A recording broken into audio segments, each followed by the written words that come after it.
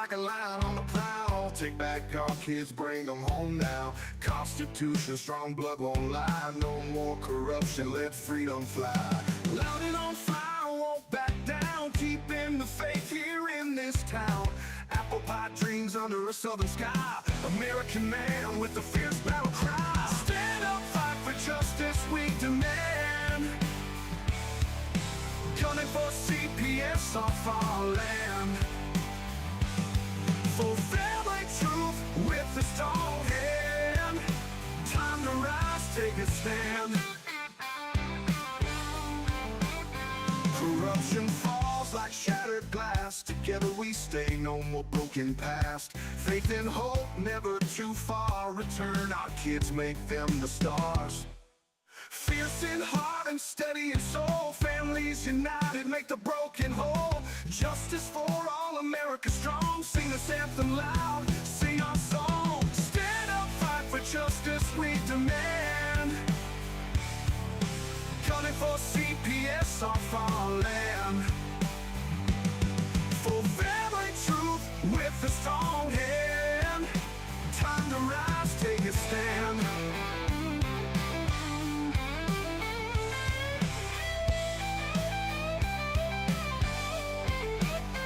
Corruption.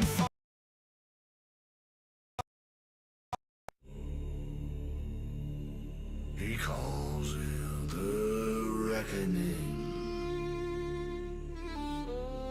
Blount County started it. Blount County started it. Kentucky doubled down. Gunner and Sharon are finishing it.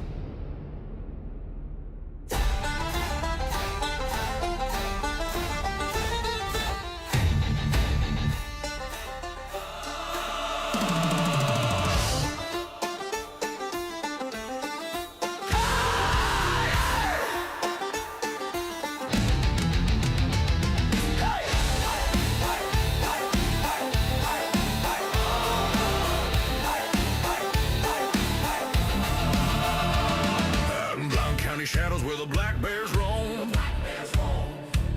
They kicked in Gunner's door trying to steal his home. No war and no crime, just badges and a grin. But they forgot one thing, mountain men don't bend. He looked him in the eyes and said, you just signed your fate. You touched my blood, now feel the reckoning's weight. Hear the Smokies roar. In Kentucky we, Hey! This is the reckoning. Gunner Evers calls it down. Blount County burning to the ground. Kentucky CPS on their knees tonight. Retaliation thieves gonna lose this fight. The reckoning is here. Wake up America, draw me. For every stolen child, for every mother's tear.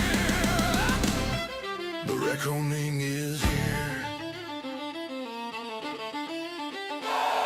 Sharon stood like stone when Kentucky crossed the line. Took her babies for revenge, thought they'd break her spine. But every tear she cried turned into molten steel.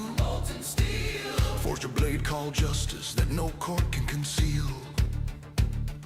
From Maryville to Frankfort, the corrupt began to run. They woke the sleeping giant, and the reckoning begun. Now 1 million parents marched with torches in their hands. From the hollers to the cities, across these stolen lands. Gunner's voice on the podcast was the battle horn blast. Every episode another nail in the empire's casket. He named the day, he named the hour, he named the final stand. He called it the reckoning. Now it's sweeping the land. This is not politics. This is not left. This is not left or right. This is the line in the dirt where parents say, not one more child tonight. Gunner Evers drew it. Sharon Evers holds it. America crosses it together. When the last courthouse falls and the last black robe burns, when the last caseworker flees and the last stolen child returns, we're raise a monument on the ashes of their throne, carved in Tennessee granite with these words alone. Here died tyranny at the hands of a dad and mom. The reckoning came, 2020 seats the storm. This is the reckoning. Gunner Evers Poe in loud. Blount County in ruins.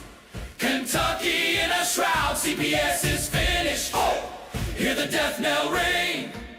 Every stolen child coming home on angel wings. The reckoning is here. America, no more fear.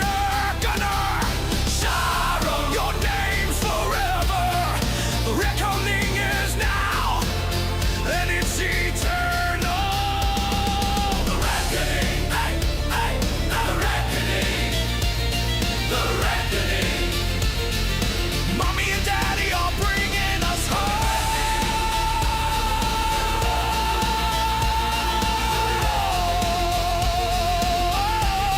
The reckoning. The reckoning. America is free again. Hey, look. This for every mama got her baby snatched on some bogus shit. For every pops they locked out the crib like he ain't blood. CPS, y'all been eating off pain for too long. We know what you on. But now it's war, this gun and foe. CPS. Kick doors, no warrants, they taking our seeds. Say it's neglect, but they planting they greed. Feds in they pocket, judge got a fee. Run it like a business, adoption spree. Contracts overseas, got partners in France. But shorty from Shy, he ain't get a chance. Mama work 2 jobs, daddy do right, but they still snatch his baby in the middle of the night. Fuck CPS, they ain't saving shit. Just a system full of snakes getting rich off kids. We see through the cap, we done taken the hit. Now it's Suffer Davis popping and we loaded the clip. Gunna got the case, now we in that fight. Taking this to SCOTUS, shining that light.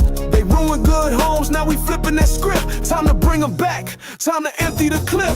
They labeled us monsters, called us unfit, but it's they paperwork dirty, all of it forged and flipped. How the fuck they selling babies to a bidder overseas? Then tell the fam you unworthy. Man, please, we got mamas in pain, daddies in tears. They breaking our hearts, been doing it for years. Now we riding with Gunner, and we got the proof. Sworn under oath, now it's time for truth. Trump got the team and the pen in his hand. He said bring them home, now that's the plan. You feds been hiding, but it's over now. We moving like an army, and we ain't bowing down. Fuck CPS, they ain't saving shit. Just a system full of snakes getting rich off kids. We see through the cap, we done taken the hit. Now it's Suffer Davis popping and we loaded the clip. Gunna got the case, now we in that fight. Taking this to SCOTUS, shining that light. They ruined good homes, now we flipping that script. Time to bring them back, time to empty the clip. They ain't gods, they ain't law, they just people, corrupt people. And when the people rise, ain't no system safe. The Chi-Town, it's the movement. We gunning for CPS, and we coming heavy. Yeah, yeah, yeah. Wait, wait.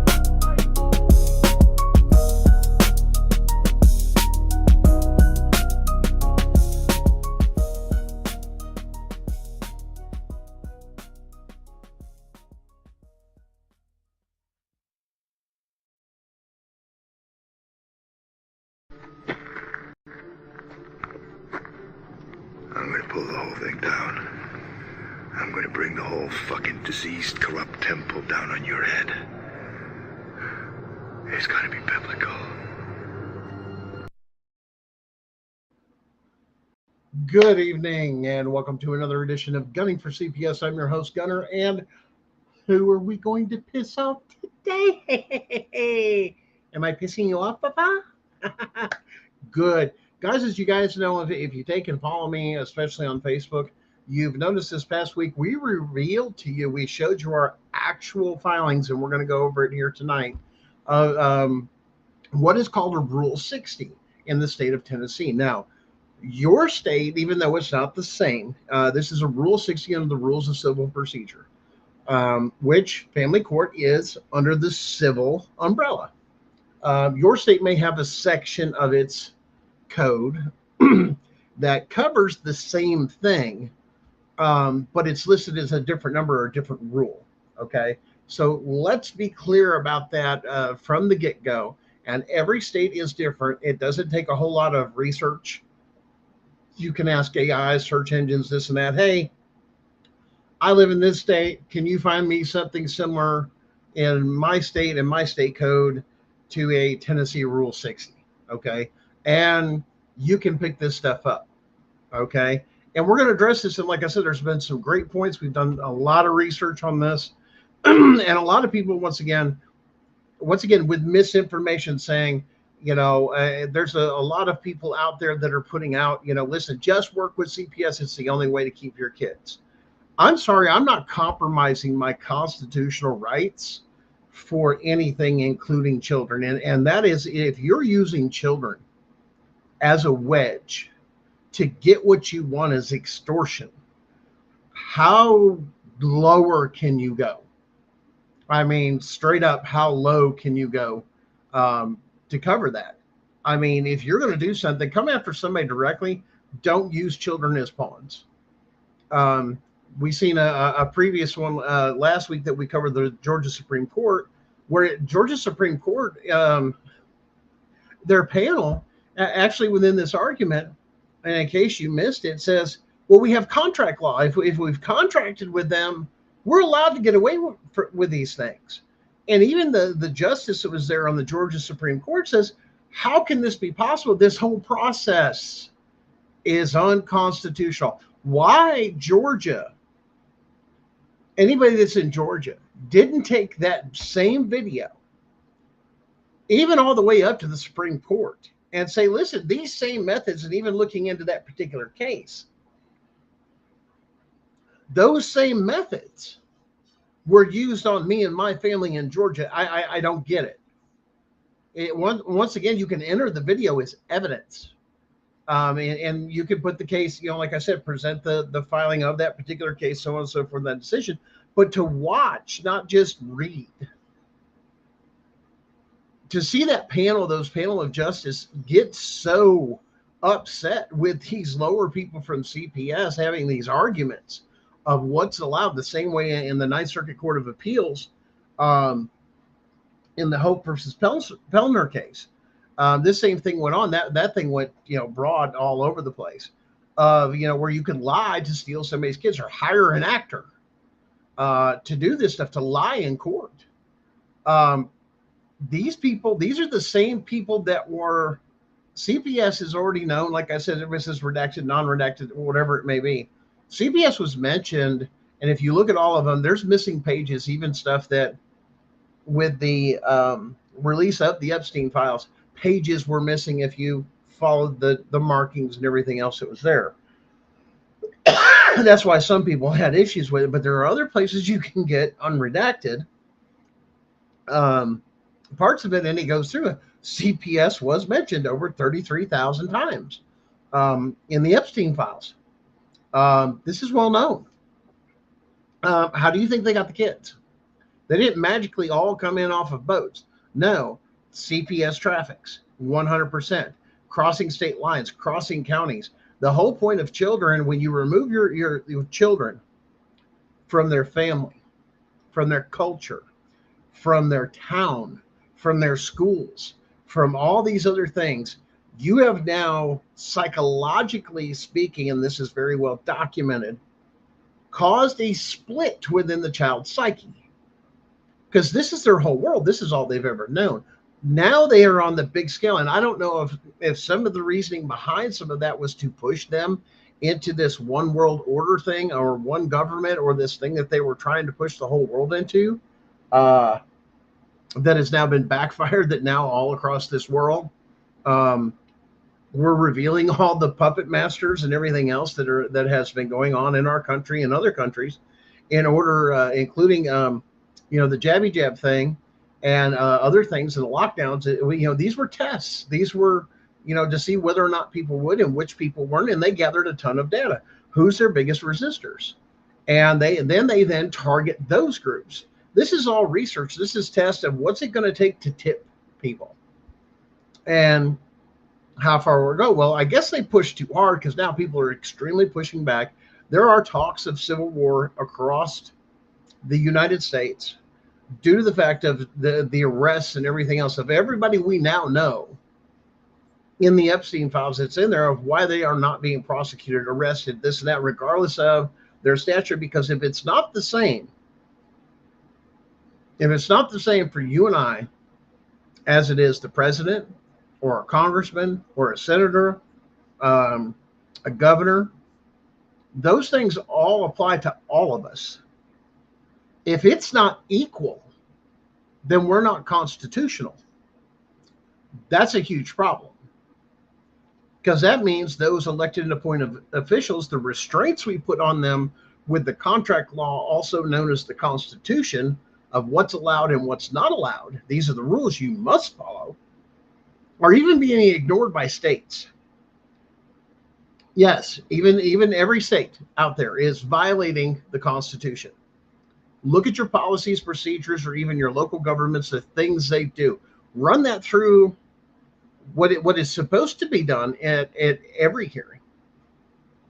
Required by law, even by their oaths, is to have a constitutional lens to look at first. The first statute it has to go through, the first examination upon receiving a filing, and the evidence that is proposed, is whether or not this is constitutional.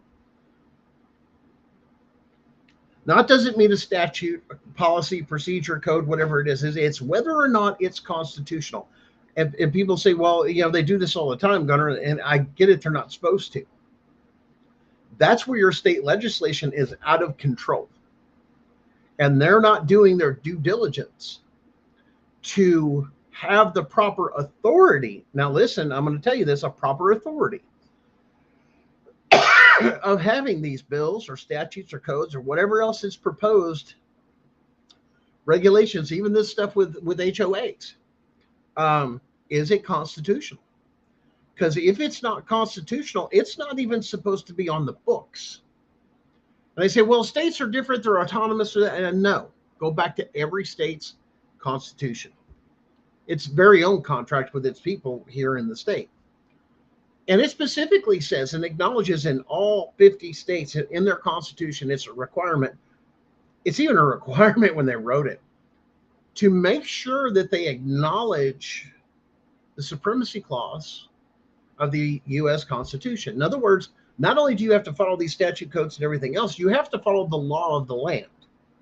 This is a must. This is why your oath is so important. Now, we're going to explain something to you, and you'll get a lot of people that will come up, and now this is a cute one to turn around and throw back in the court's face, really to put them in check, especially state courts, is, a court may demand, or the judge or whatever, magistrate, whatever, says, you will address me as, magistrate or judge so-and-so, or your honor. And then, now hold on, let me explain this, because we're going to go into a historical lesson on this. I cannot address you as your honor, because from my perception, you have no honor, because you have failed to uphold your oath to the U.S. Constitution, that you have no honor. By not honoring that oath, therefore, I cannot say your honor, because I'm literally going based off of, hey, I'm leaning upon, when I say that or addressing you as that, your honor is that you have honor. But if you ignore the Constitution, then you have no honor, because you have not upheld your oath. So I cannot address the court as your honor, because historically speaking, your honor, you had to act with honor.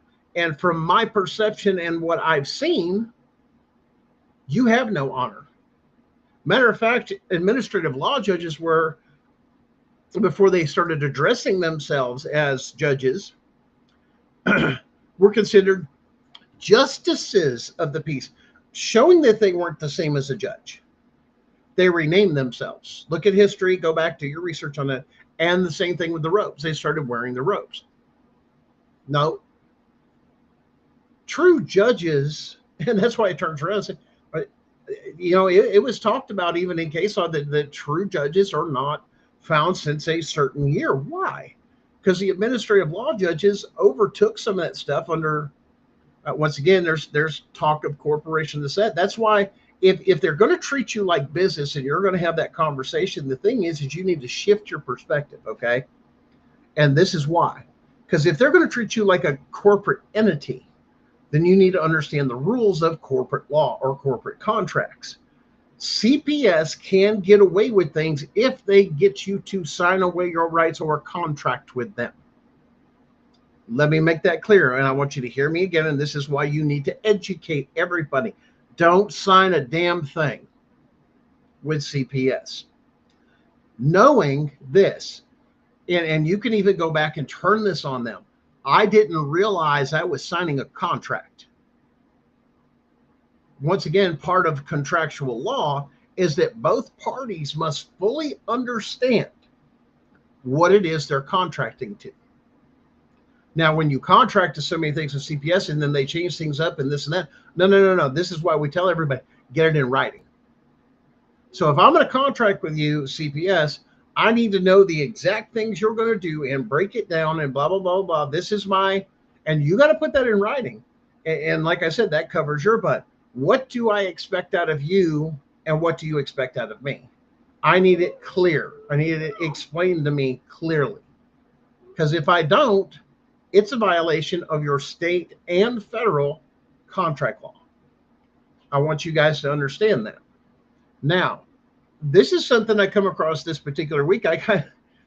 When corruption gets so bad that a grand jury says, oh no, you need to take, and not just, let's just deal with the criminals here. Your whole police department needs to be indicted. Watch this next video. Of an Alabama police department was put on leave after a grand jury found them to be operating as a criminal enterprise. Color me shocked. The Huntsville, Alabama Police Department has already had 5 of its police officers arrested, and a grand jury recommended that the entire department be abolished. The department's chief is amongst those who were arrested for deeply mishandling evidence. So much so that pretty much any evidence that has touched this police department is completely unusable. They all have also been charged with a variety of other offenses, including the misuse of state criminal databases and the distribution of controlled substances to each other. The grand jury called it a, quote, rampant culture of corruption that should be immediately abolished. Huntsville is a city of about 3,000 residents that is around 45 miles north of Birmingham, and its residents are completely not at all shocked or surprised that the jury came to this conclusion. With one resident saying, "It doesn't shock me. It shocked me that we're trusting people with our lives that shouldn't do that." The entirety of an That's some mass-ass corruption, folks. And that took what? Somebody standing or somebody filing enough charges to get to a grand jury to hear their story.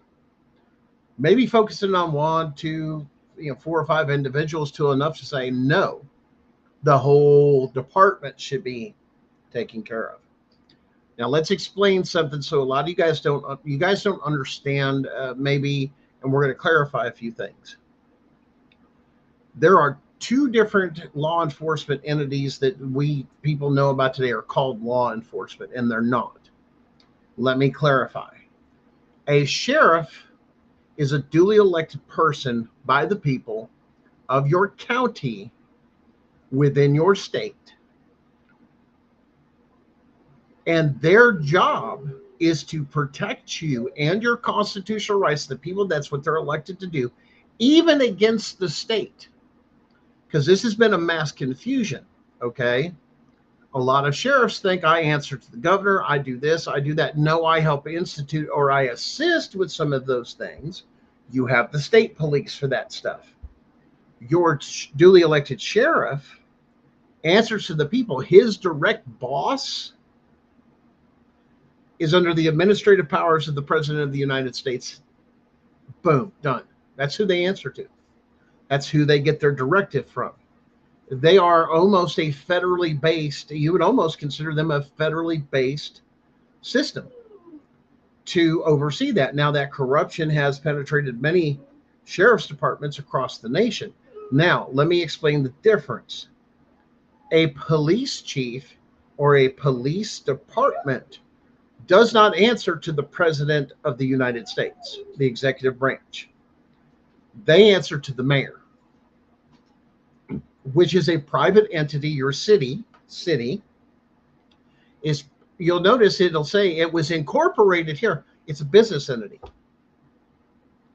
Doesn't deal with me and you. Matter of fact, they're not supposed to be dealing with you. You're dealing with corporate law. That sense of entity is local to establish the things for the government to regulate or crack down on things that are commercial. Business to business, not you and me. It's a complete different set of things. That line has been crossed over the years from mass corruption on higher up levels of each of your states, to where it says, well, the governor can force you to do something else because I mandate this and that. There's a thin line between that. Okay. That's called separation of powers. Okay. The state cannot give, they can ask for help from the sheriff, but they cannot take direction from sheriff because that's a conflict of interest between the governor and the President of the United States. And everybody goes, well, what are you talking about? Yes, even some states have put out a training manual for the sheriff, says you must follow, this is our state thing of this and that for our incorporation. Well, we don't care to assist. But my primary job is the people that live in my county and protecting their constitutional rights, even from businesses, even from the state government. That's their job. But they haven't been doing that. Instead, they've been roped in, especially with CPS, to come out and threaten and or intimidate. I'm here as a peace officer because something's going to go off. Why would you think something violent's going to go off if working with them is voluntary? And that if I don't work with CPS, which every state, it says there, it's voluntary, then why are they able to take you into the courts if it's voluntary? And I disagree with you because I'm not contracting with you. That's why they're so after, so quick to get you to sign something, anything that gets their hooks into you. Now, we're going to go over, like I said, tonight, and if Darren's back there, he's more than welcome to join me. We're going to cover tonight what's called Rule 60 in Tennessee. Now, every state has got their own section of rules of civil procedure. This one is Rule 60, I believe. Kentucky has, I think, the same code, if I'm not mistaken, under a Rule 60. Illinois has got a different number for that. And once again, they mimic. A lot of states were really lazy when they wrote their policies and procedures and everything else. And basically, they're like the kid in class of, here, let me look over your shoulder and I'll change a few words, but it's original. No, it's not. You copied off somebody else. Same thing with state constitutions. It's well known that a lot of states are just that damn lazy or didn't understand that you had to go in. Why? Because that's the one that got passed and that one was good. So let's just copy off the kid we know that passed rather than being original, and flexing the originality of your state. But a Rule 60, I just thought you guys would find that amazing that it's so bad. Now we're gonna deal with a Rule 60, and this is gonna come up 6002. Now, like I said, it's different for each and every state. So watch how this applies, because you're gonna have to. And once again, it's easy to find this for your state. You just simply go. You can use an AI, you can use a search engine, and generally it's going to bring something up right there. Say, hey, I'm in Michigan. Give you an example, Michigan. I'm in Michigan. Find me within my Michigan code something similar to Rule 60 of the Tennessee code. And automatically it's going to bring it up what it is and how it is, and you'll go through each line. Now you have to read these very carefully because they're very stringent. Okay. Now, I'm going to bring it up right here. Once again, this is on the Tennessee courts. This is direct from the source. just so we know this. Rule 60. And I'm going to make sure you guys, let me see if I can, because I have to go back and forth between screens here. Let me see if I can't. Can I zoom this a little bit? Maybe try this. And I don't know if it'll center it. Oh, well, let's, I think that, let me see if that made it big enough for you guys. Yeah. Well, guys, I'm going to take down the comments here for a second so we can go over this, and then I'll turn you back on. Looks like Miss White's the one that's here for us this evening. You guys, we've got some people out in the audience, but I don't know if Facebook's coming through. So if you guys are watching on Facebook, try and make a comment. And if not, after the show, I'll go back and look at it. We thought we had that fixed, but now we're not so sure. It comes and goes. Okay. Rule 60, Rules of Civil Procedure. And once again, this goes through 60.01, 60.02. We're just going to read it verbatim through here, and so you guys get the point. On motion, and this is even after your case, you've had your judgment and this and that, and you realize everything you went through is just corrupt as hell. No way did they follow their rules, or policies, their procedures, the whole thing. In other words, the law, in other words, it wasn't followed as it set out, and it's designed to do, because people failed to do their job. And because they failed to do their job, they've either committed extringent fraud upon the court by not doing their job, because had everybody had done their job, or multiple people done their job to turn around and do it, you would have not got the same ruling. And that's what it looks at, is specifically, okay, we know now that those things have not been followed. You're now pointing out the things in your Rule 60 filing that weren't followed, or things that weren't done. Then you come back to the court and say, listen, they didn't do this, and these are major, especially like rules of evidence, stuff that should have never been entered.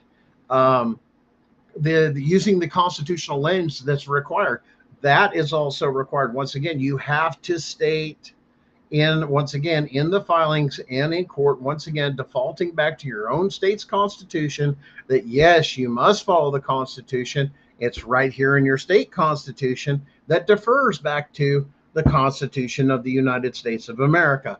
Once again, you have got to cite it. Make it easy for them. Use the dumb thing, because once again, most of them aren't even writing their own decisions. They're putting it on the CPS attorney to write, and then when they get a hold of it, the judge just looks at it, goes, okay, and signs it and goes about. That's a huge mistake. This is why judges should never have anybody else write their stuff. And once again, they should be penalized for that.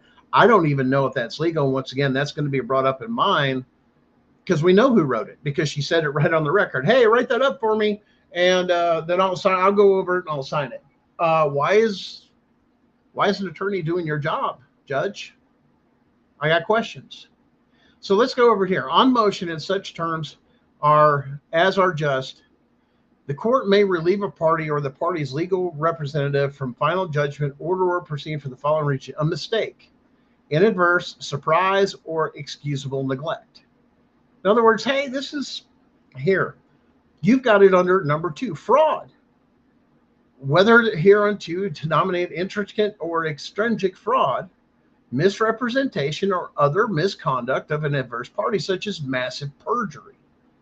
The judgment is void. Why?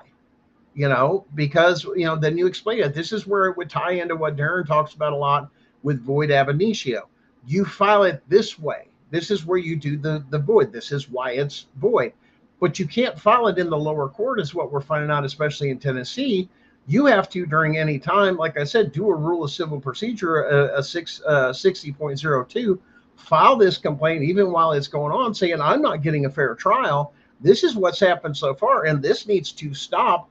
You would then file on that particular court, the same lower court that you most times in most states, you have to file your appeal to go in there. This is a version of the appellate process, believe it or not, but they don't talk about this, because the reason is, when you go after this, you go after the system. When you file a rule like in Tennessee 60.02, you're talking about extringent fraud. You're talking about this. And once again, when you're filing, you have to prove it or put it out there so blatantly.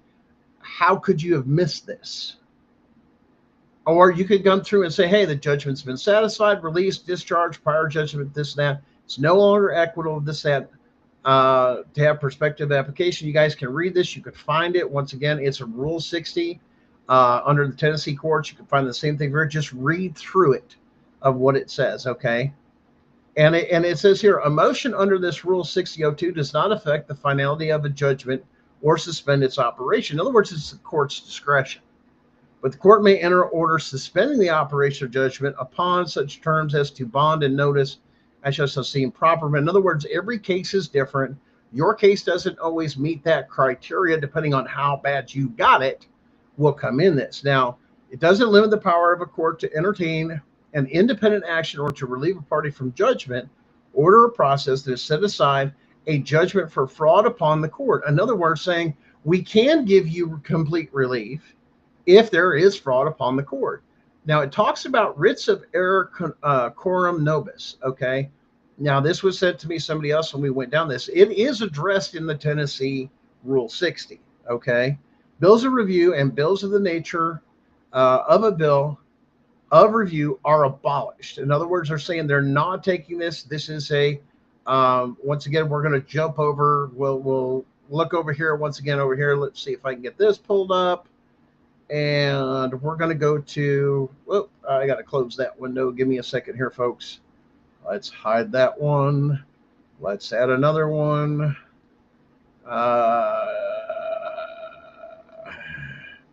Hopefully my thing does this and it doesn't screw something up. Okay. A coram nobis. Okay, let's get into that. Let's go right into, Wikipedia is a decent source, but once again, it's probably the most. It's under common law. Okay, so you got to watch what states are doing, whether or not they have something in there to see whether or not you can file this particular writ.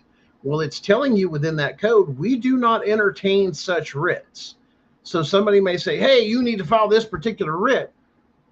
You got to go back into it to make sure you can even file it, because once again, they don't acknowledge it. It says right here, the writ survives in the United States in federal courts, in the courts of 16 states. Tennessee is not one of them. Okay, so you got to look for your state. You can go through the history there. Not a problem. But once again, do your own research, because like I said, it goes back and it says it specifically addresses it within the state code. They don't cover this. They don't acknowledge it. So you have to proceed on a different way. Okay, you got to find a different method. Now let's go back through this. There are different types of Rule 60s. Okay, I filed a 60.02. Okay, you can file a 60.01. Now this rule, it talks about how it supersedes the code, and that was repealed, and all this other stuff consistent with the purpose of those statutes and this. In other words, you have a clerical error. In other words, a he, a him, a this, a that. There's a clerical error. In other words, there's something in there, a name's wrong, this is wrong. You can petition the court to have that corrected. That's a clerical error, basically filing is what they call it. Now, a 60.02. In Tennessee, this is the one that says, uh-oh, we got massive problems. This rule subsedes, and it tells it what it supersedes. In other words, don't worry about this particular Chapter 7, Title 27. This supersedes it. In other words, it's more powerful than that section of the code. And it's dealing with the writ of error according to this in Tennessee code, both repealed, dealing with abuse of review. A committee felt it was better to bring together under one rule the subject matter formerly covered by these statutes. In other words, hey, let's get rid of all that other stuff. Let's just combine them, throw them together, and we'll deal with it under the rules of civil procedure 60.02. We'll file it as that. And you're going to find how it evolves over time, which goes through your state's history of, once again, rules and policies and procedures of how throughout time a case has maybe changed this or a ruling changed this. So now they have to go back and they have to amend it, or they say, listen, it's been repealed. In other words, it's no longer active. We repealed it. In other words, it doesn't exist. So instead of just omitting it, which is what they're, a lot of them will try and do, well, let's just omit it. No. You have to put in that it was repealed. Okay. And you have to understand the premise for what it was appealed. Okay. Now, until that's, repealed again or overturned, which somebody else could come in with something different and overturn that, reinstituting that. That's the powers of the courts, is to go through and have those, conversations. Now, we're going to deal with something very unique because I had a unique situation. The advisory committee comments. So Rule 6002 provides that a motion filed pursuant with the rules shall be made within a reasonable time and for the reasons and not more than 1 year after the judgment preceding the entertainment. Now, one thing that they're not taking into account for, and I'm going to tell you this thing, with this 1 year, look what it says, reasonable time. This was done off a Supreme Court filing that held a reasonable time filing requirement rule of this does not apply to petitions seeking relief from void judgments. In other words, I want you to void the judgment. In other words, there's no time period. You're talking about fraud. Why? There's no statute of limitation on fraud. That's why. I hope you guys caught that. There's no statute of limitation on fraud, federally or state, automatically. Same way as there's no statute of limitation when somebody violates your constitutional rights. So if you fly the flag and say, listen, we got a problem because reasonable time, but this is not a year. Well, wait a minute. The reasonable time thing says right here and under that ruling. So if I have an ADA violation that I was in medical crisis, and I can back it up with medical records, such as with mine, congestive heart failure, it was going on before the hearing. It was going on during the hearing, which I received 0 ADA. Okay, 0, which the clerk failed to doing that. Even bathroom. Now here's with congestive heart failure, the biggest thing you usually deal with is water, retention of water. So when you have to go to the bathroom, you need to get that water off of your body.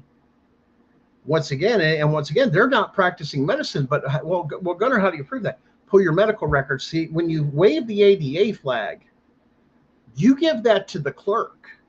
The clerk then has to abide by HIPAA, and they have to provide you with ADA. They have to notify the court of ADA,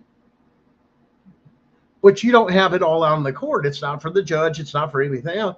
This is why it was given to the court clerk. It's the court clerk's responsibility, as Henry would say, who's your duly elected representative for this county? Who do I have to meet with that has the power to get me what I need? And it's the judge doesn't have a say in this under the ADA. Okay, this is massive. Okay, this is outside the court. This is something the clerk does. And if the judge says, well, what's the problem? Well, what's going on this? I'm giving them ADA. Well, what's the problem? I can't discuss it. It's HIPAA. Now the judge is completely out of the picture. Okay, I've got an ADA issue. So I need to double check with your designated person that's supposed to be watching my whole case. The judge, there's certain things you're going to do to where your ADA person is supposed to be in the courtroom and say, Your Honor, we can't proceed. We can't do this and that. Or Your Honor, we need to stop. Why? Because we need to have a bathroom break. Or we need to do this, or we need to do, this or this or that. That is required by every state and federal government agency, and they receive grants and all sorts of other stuff to do this or have this system in place. And they do not. And that's why I'm telling you guys, that's where you get in under the radar with stuff of saying, well, wait a minute, what's reasonable? If I'm going through cancer and I get on the other side of cancer and it takes a year or two to get through it, that's reasonable under the ADA and does away with that one year rule crap out the window because it wasn't reasonable. I couldn't do it within a year because I was recovering from massive heart attacks and had a pacemaker put in. How could I do that? They have to take that into account, but you have to articulate it, then prove it. And we had all the forms and everything else. Like I said, when we filed protecting the HIPAA, putting it on the court clerk where it belongs to assign the person or notify the person of this with the initial filings. We're going to need ADA accommodations. No ADA was also given at all. So now you've got another huge problem because now you've got failure of ADA. Now failure of ADA, if you go listen to Henry over there at Equal and the Same, he'll tell you straight away, that's a violation of due process. That's a violation of your constitutional rights. Why? Because you were put in a weaker position than everybody else in the courtroom to stand up for your rights. That will get you past that 1 year thing. And by law, it should. It has to. Just claiming the ADA. And once again, a state can't make that judgment under the ADA because it's federal. So if they don't believe that it should be enacted, well, then the state would have to make the argument, not deny it, but the state would then have to file a 1983 bylaw to answer that question of reasonable time. Once again, common sense is going to go through this and that and say, well, we're not going to put it. No, the state can't. The state must just follow. They can't interpret federal stuff. They don't have the power. And if they do so, that's an act of treason. Why? Because they're stepping outside their wheelhouse. You're an administrative law judge. You are not a federal judge to make, you're out of your jurisdiction for you to make that. So you can argue right away, we have a jurisdictional issue if you're going to bring up that question or challenge that. And the state needs to file with their complaint to clarify it. Then you put it back on them. It's not up to me to do that. I know where I stand. You have to apply the law as it reads. And the federal codes, it's required. It's required under your oath. It's required under your oath to the state constitution, because the state constitution defers back to the U.S. Constitution. But once again, with these idiots, you got to draw this stuff out with crayons. You got to put it in your paperwork. You got to. There's no way around it. And I'm hoping, let's see if this works. Nope, I think we're going to have a problem here, and I don't know why we're having that problem. Let me see if I can open this a different way. I was going to show you guys, and maybe it'll come up this way. Like I said, you'll have to forgive me. Some of the restream stuff, they have been doing some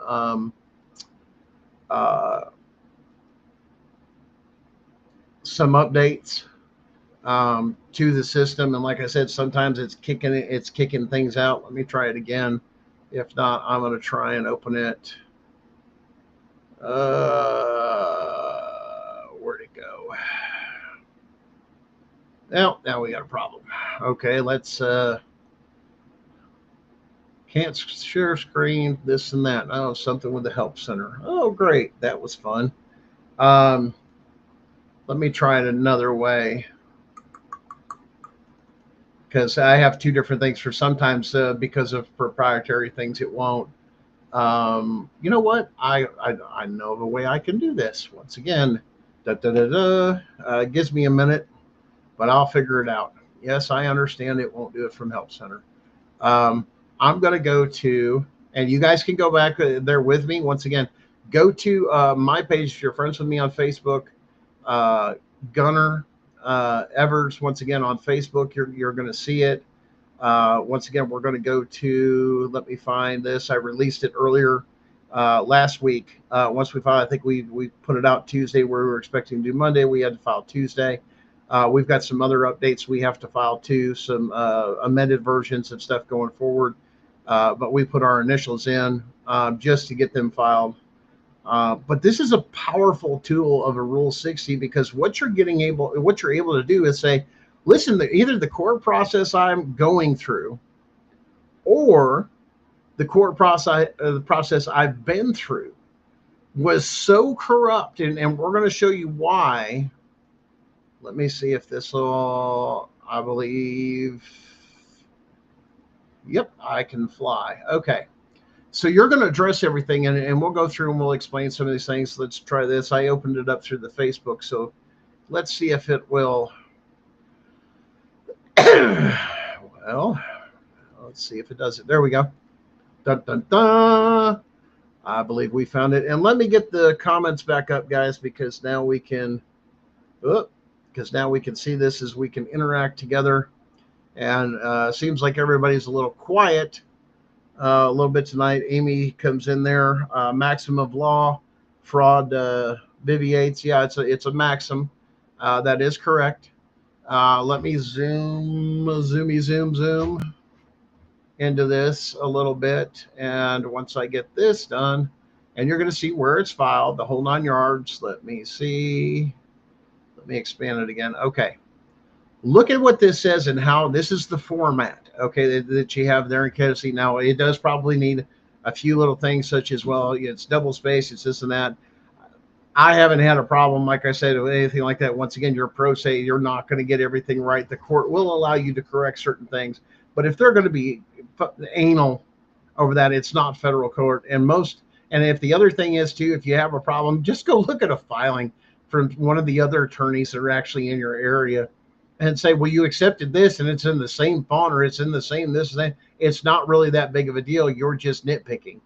And that wasn't it. Because if you're going to reject mine, then you're going to have to go through an audit everyone that had the same problem I did and reject them for the same reason. Yeah, they're not going to do that. It's too much work and it costs them too much money. So that's why a lot of it just skips through. But let's turn around and let's look at this. Amended motion from judgment under the rules of civil procedure. Let's see. Oh, we lost it. So let's zoom in again. I think you guys can look at it here. Double check. There we go. Okay. Comes down motivated here that, vacated a restraining order, that's all they have, but they use criminal code. Here's you start out with your statement of facts. Okay. Yeah, you're saying severe child abuse. Well, we're turning around and saying that if you had severe child abuse, for this and this and that, for you to claim these things, which goes under these particular things, where's the professional? Because if not, the court is acting as though they're practicing medicine without a license. Where is your medical profession, your state licensed medical professional, the MD, somebody that is considered once again, an expert witness almost of sorts? Under this thing, when you use these codes or you're using these things, if you'll see, they use the code TCA 371-102B-27. Now, when you look this up, this is what's funny. This is the criminal section of the code. Now you understand why I claimed that, once again, in the filing, they violated the state's constitution. Why? We went over that. You have got to be, no person shall be held accountable for a crime unless you've been presented, indicted, or impeached. I've never been presented to a grand jury. I've never been arrested. None of these things have happened, but you're trying to hang a criminal code. Now, 27 has several subcategories, A through F, okay, in this code. They're saying I did all A through F. Well, for them to do these things, one, to say there's bodily injury or this or that under Section A, where's the doctor's report? There wasn't one. Okay, B, you have mental things. Okay, who is the one that took and testified about that? A CPS worker is not qualified, nor do they hold the license to do these particular things. They have to have a state-issued license to practice those things and even see, we'll say, the client or the person. None of these ever happened. Okay. Commission of accident. It goes through A, B, C, D. Presence of the child where methamphetamine was created. Well, guess what? There was not anything even brought up, even any criminal charges, even police report or anything, that a child was within a structure where methamphetamines was being created. It doesn't exist.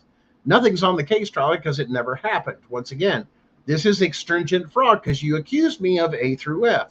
E, ingestion of illegal control. Where is the medical report in the drug screen that's required to convict me under E? It doesn't exist.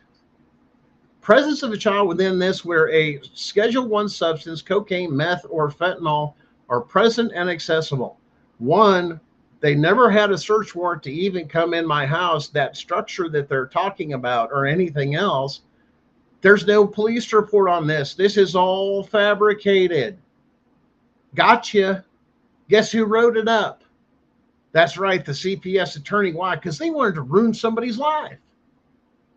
Right here, motive is that no medical records, drug tests, or evidence were entered, nor did any medical or psychologically licensed doctor, you got to spell it out for these people, to any bodily or psychological harm on the record. In other words, it's bullshit. 27A through C would mean that the state and the courts were practicing medicine without a license. Calls them out for it. No evidence was put on the record of any drug of any kind to warrant such finding in subsections. You're pointing it out and you're shooting the holes of why. These are the things that are required that this judge, sitting judge, was supposed to know. But yet she signed her name to it. Somebody else wrote it up. It says right here, following this, under this particular code, the finding of this must be supported by, once again, we're using the state code, not the federal, clear and convincing evidence under the Tennessee code annotated. These are the rules of civil procedure. Abuse of this requires specific proof of this in the presence of this. None of it's on the record. It doesn't exist. Wait, here's a Tennessee court. Here's a ruling. Court of Appeals, same thing. The clear and convincing standard. Listen, guys, learn this right here. Find where it says in the civil code that clear and convincing standard must exist and they must meet it. Why? Because that hearsay bullshit goes right out the window. Because this is the standard within your code and even a court ruling that clear and convincing evidence must be present. When they make the finding with zero medical on drug tests or this not constitutes, here's the trigger word phrase, fraud on the court. Because they led the decision to reach the conclusion without the necessary legal precedents. Ouch. Now let's go into this. Furthermore, no criminal charges, presentments, indictments, or arrests were ever filed, rendering the court's finding of a violation of Tennessee Article 1, Section 14, which mandates no person shall be put to answer for a criminal charge. In other words, using criminal code, but by presentment, indictment, or impeachment. It says right here, I have never been arrested, indicted, or arraigned, or charged, or convicted of any criminal acts which this court has stated as facts in its final orders. Done. It goes even deeper, guys. Why it gets even more. Sole evidence was based on that stupid forensic interview. Now, things have been redacted on this for a reason. I'm showing you the redacted copy here because, once again, protecting the children like they're supposed to do. It says right here that affidavits this bringing the child was never or interviewer was made unavailable for cross-examination, which violated TCA 24-7-123. And look what it says, revised effective July 1st of 2025. It's still new. You still have a chance to file if you're in Tennessee and you did not get cross-examination. On top of the fact, they withheld evidence. Look at the filing, guys. Before and during things, suffered from a severe medical crisis. Heart failure, no ADA accommodations. You got to spell it out. I wasn't given ADA. That's automatic due process violation. Now, let's go to the constitutional and statutory that goes through these things. And this is how this goes. Look how we've stated this. The guys, this is on my page. You can look it over at your same. Find cases that have similar rulings. Go in and ask your AI or your search engine. Find me a case that's similar to this in its ruling from my state, and then you can use it. Once again, read it yourself. Okay, and then we have some federal stuff in here under Crawford v. Washington. Why? Because we're going to deal with jurisdiction. Okay, child wasn't available for cross-examination. Now under Crawford versus Washington, statements are inadmissible. Why? There was no opportunity for cross-examination, and stating because the child did not testify at trial in that particular case, wasn't there for cross-examination, the child's statements are inadmissible under the rules of evidence. The Child Welfare Agency then failed to present clear and convincing evidence that, so if you've just got a forensic interview that they're trying to use against you with this and that, no, child wasn't there for cross-examination. It automatically says that, it says if there's not failed to meet the clear and convincing evidence. Now, this is in a CPS case that the child had, they failed to meet the standard to say the child was ever abused by not allowing that. Now, you're saying, well, this is a loophole for people to get. No, I'm telling you the due diligence of the reason it's there is to cross-examine. You have the right. Now you're looking at fruit from a poisonous tree. Now watch. We point out the fact that the Tennessee Facts Report, which is the CPS report, was turned in. The been in the house and had done this and had done that and talked with the children, this and that. Well, now we call them out under jurisdiction. Why? This is Fourth Amendment. I don't have to use state case law. I can use federal. Why? Because it's the only one that has jurisdiction. Violated that in Homestead. It says Ninth Circuit right here, White versus Pierce, Ninth Circuit, and Doe versus Heck. It goes about the Fourth Amendment and these things that, one, you entered without a warrant. Number two, you have a seizure under the Fourth Amendment by just asking questions. They can't even ask you the color of your socks. That's considered a Fourth Amendment violation of seizure. The case law supports it. And the Fourth Amendment case law and the amount of case law that goes with the Fourth Amendment is stacked so high. So high. It's unbelievable. So we say, well, since this started with a CPS worker coming into the home and committing several Fourth Amendment rights violations, we're now calling out that all evidence is derived there is inadmissible under the fruit from the poisonous tree. The judge should have caught that when she saw he'd been in the home to say, where's your warrant? I see you question the kids. You realize that seizure? Did the court do any of that?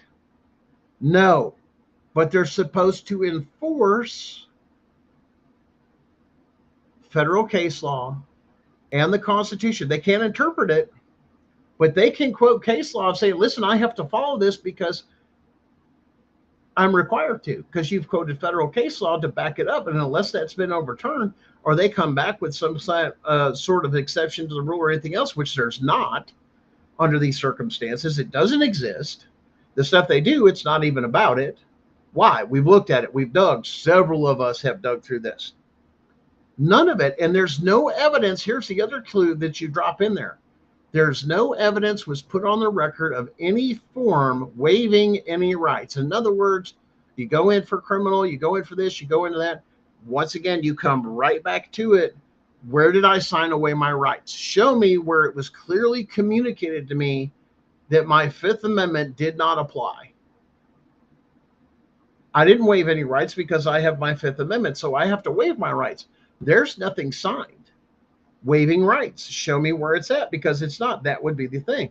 If not, you have to follow the case law. Every state or federal government representative, it doesn't matter who they work for, to enter somebody's house must have a Fourth Amendment. Now, hold on now. You guys are going to love this.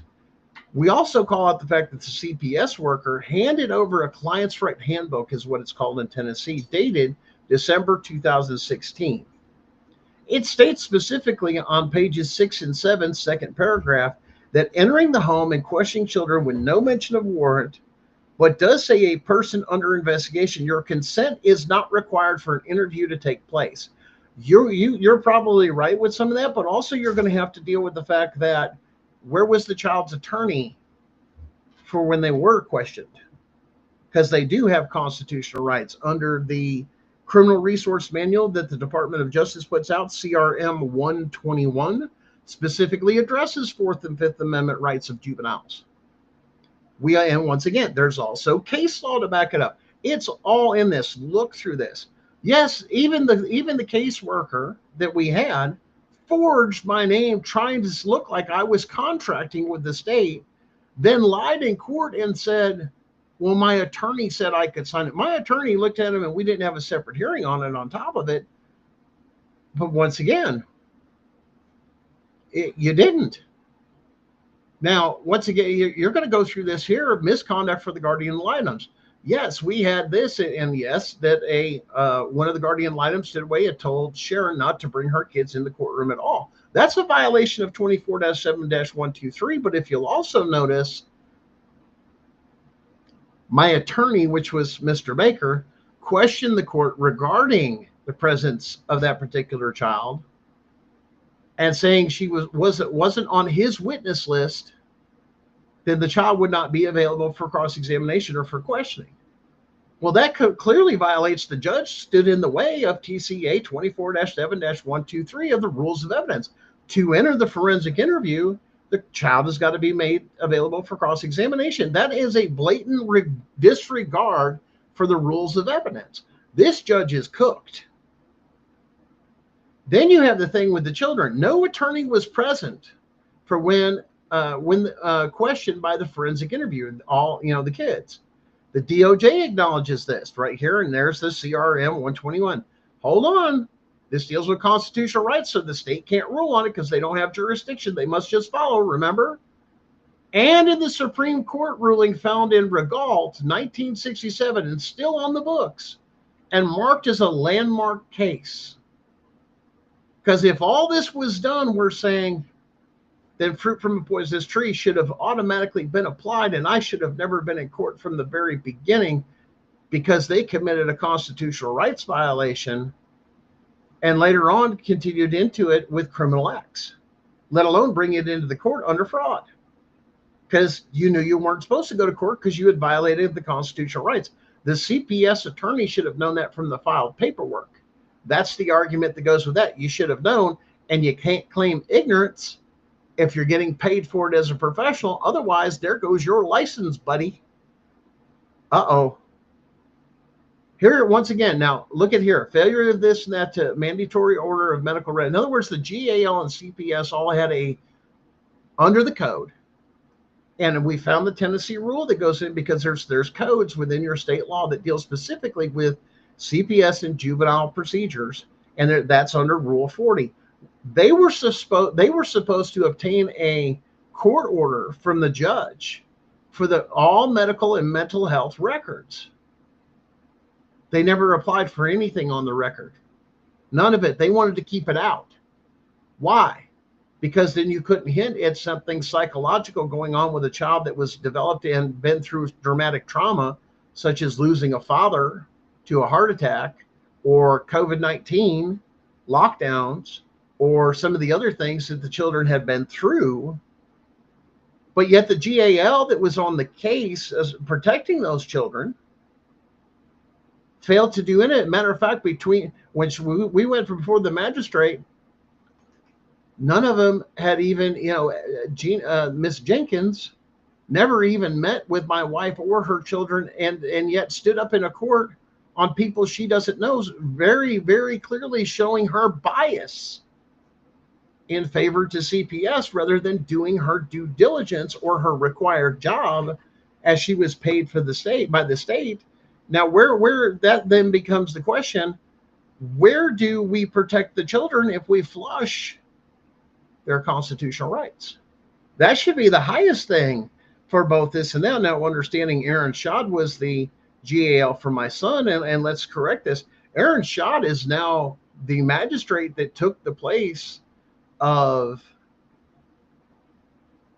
Jason Bedingfield in Blount County, Tennessee. When he stepped down, Aaron Schott got his place, and this was right after my trial.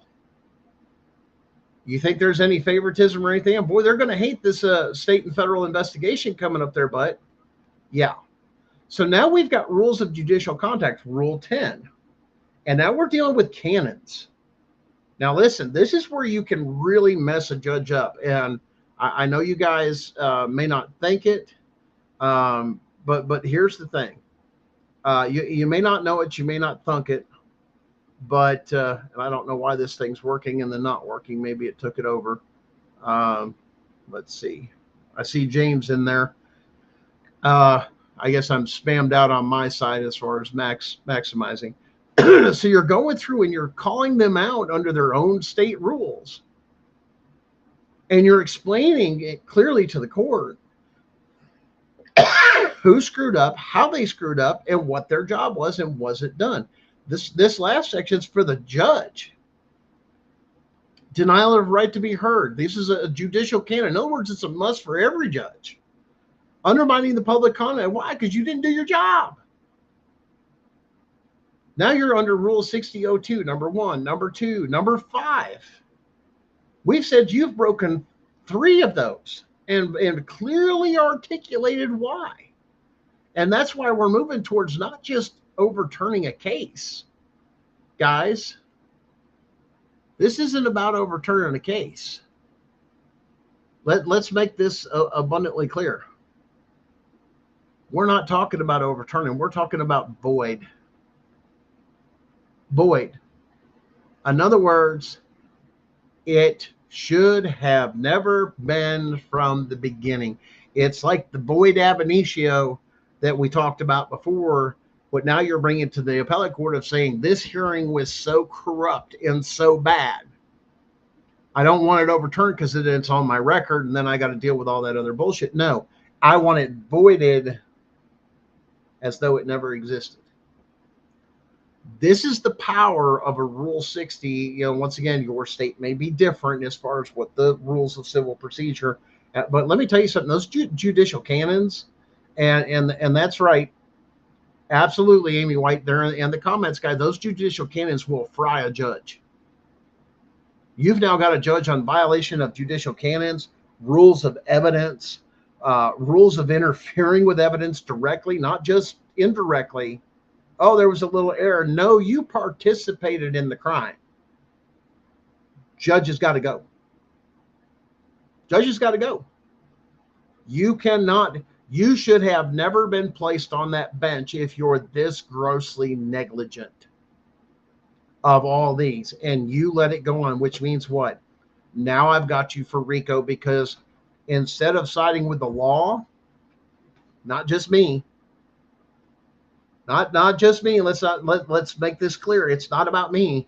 You didn't follow the state, your employer. You didn't follow the guidelines and restrictions that were given to you by we the people by following the state's constitution. You violated it. You should have thought of that before you had somebody else write that up, because right now, what you put against me, there wasn't even evidence even brought into the court to even say any of this, let alone one single professional on the court. I've now got you bent over a barrel, and you as the judge, as the, I forgot what it was, Amy, that we talked about. The judge is the kind of like the microscope. They're the fulcrum of balance between there. In other words, they're supposed to be looking out and doing certain things that they didn't do, especially protecting my constitutional rights, protecting the constitutional rights of the children against our enemy, which is the state in this particular case. There's Richard. Yeah, I can see you on Facebook, so we are getting a little bit through there. So you guys have to look at this now. This is once again, this ruling or this particular hearing that you're filing for goes through the Tennessee Court of Appeals, okay, in a way. So they're going to assign a special judge to hear this. And this whole hearing isn't about revisiting the case. The whole basis of this hearing is how bad that they didn't do their job. And once again, there's nothing they can argue or go back and forth of because it's on the record. And it's an analyzation beyond that. Now, before, say from this particular thing, this doesn't work here and there, you can then also call for a complete review of your case in every state by going to and filing for a judicial review by the Chief Justice. That is the member that is elected for so many periods of time within your state to sit on your state's Supreme Court. Okay? They elect one person to be the Chief Justice. I think here in Tennessee, it's 3 years. So any of those reviews, that has to go through his focal lens. Now, this still preserves your right to appeal, including the judicial thing, the right to appeal. And even, I believe it's a Rule 11 in Tennessee to go to the Supreme Court and say, I don't agree with these, or there's something massively corrupt. I need to bump it to the Supreme Court, and I'm asking for the panel to hear it. Everyone except for the Chief Justice. Why? Because they've already looked at it. If you're, okay, what are you looking for? A copy of what record? Because when you file a Rule 6002, you file with what you have or enough with what you have. And then you have the power of subpoena still. to prove your case, including ex parte communication. Yeah, and the judicial review is before the appellate court, is before you go to an appeal. I'll say that is correct and point that out and make that very clear. So don't skip a step and wipe yourself out of a judicial review and go straight to the appellate court. Like some attorneys will screw you up, and then now you've lost your Rule 60 filing, you've lost your judicial review. So if you go to there and it moves forward or anything else, or something's kicked back, now you can refile. Say if it's kicked back, completely different. If it's your case, op wipe tears, you still have the power of subpoena under Rule 60 or whatever it is in your state, and you can subpoena all of those rulings, all the documents, all the forensic interviews. The other thing that was not made available as well too is the forensic interviews of the other children. My wife and I have still never to this day seen those. They were withheld, so that's withholding evidence.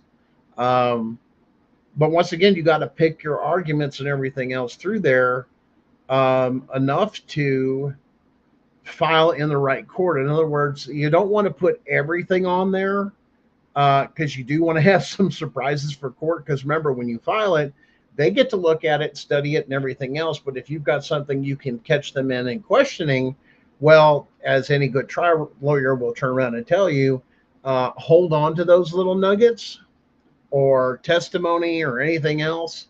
Then you turn around and you hammer down on them. Catching them, like I said, once again, that's your opportunity to question these people of why they did what they did.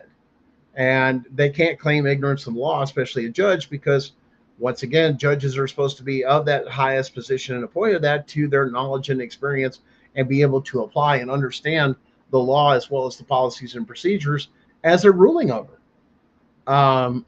They have to have an understanding.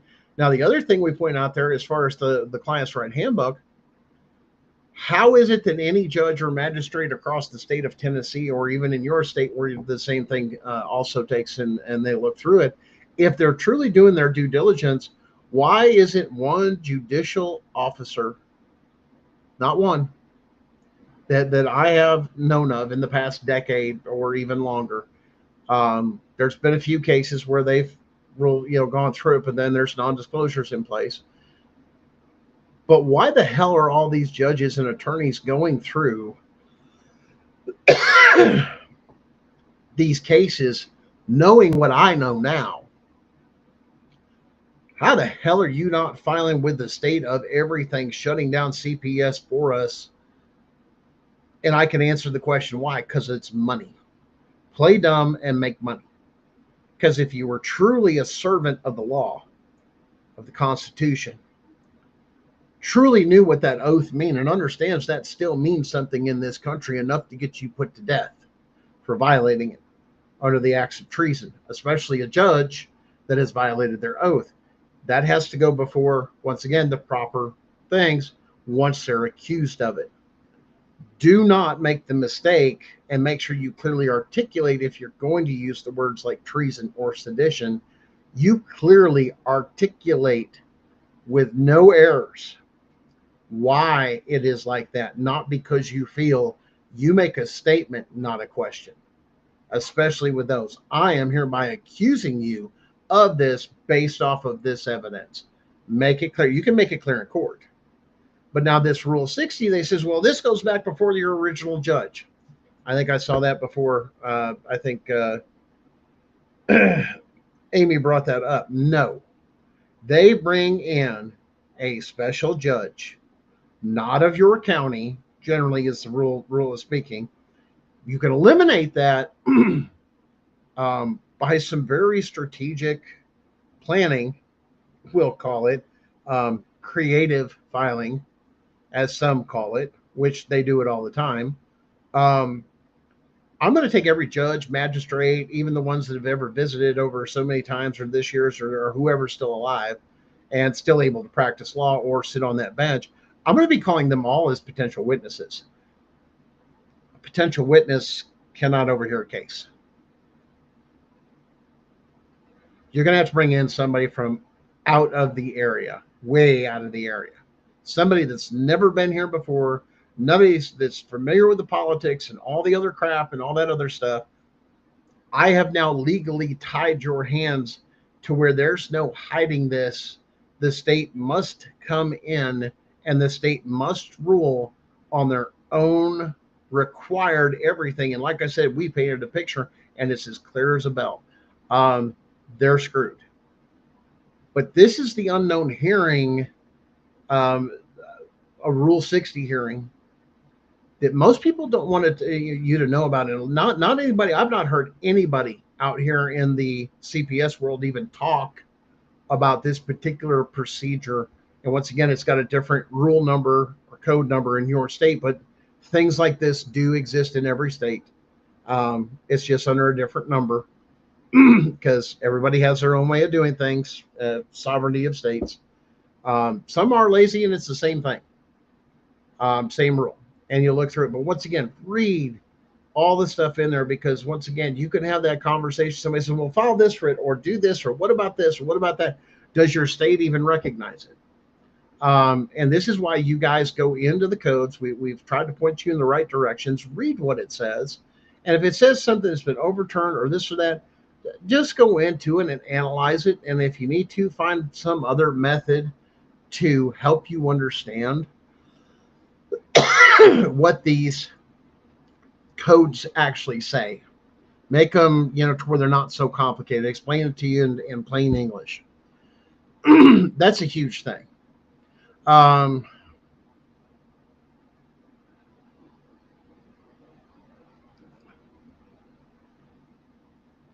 Okay. Michelle, if you're going to take and you're going to subpoena something, subpoena the transcripts of all hearings, not just specific ones.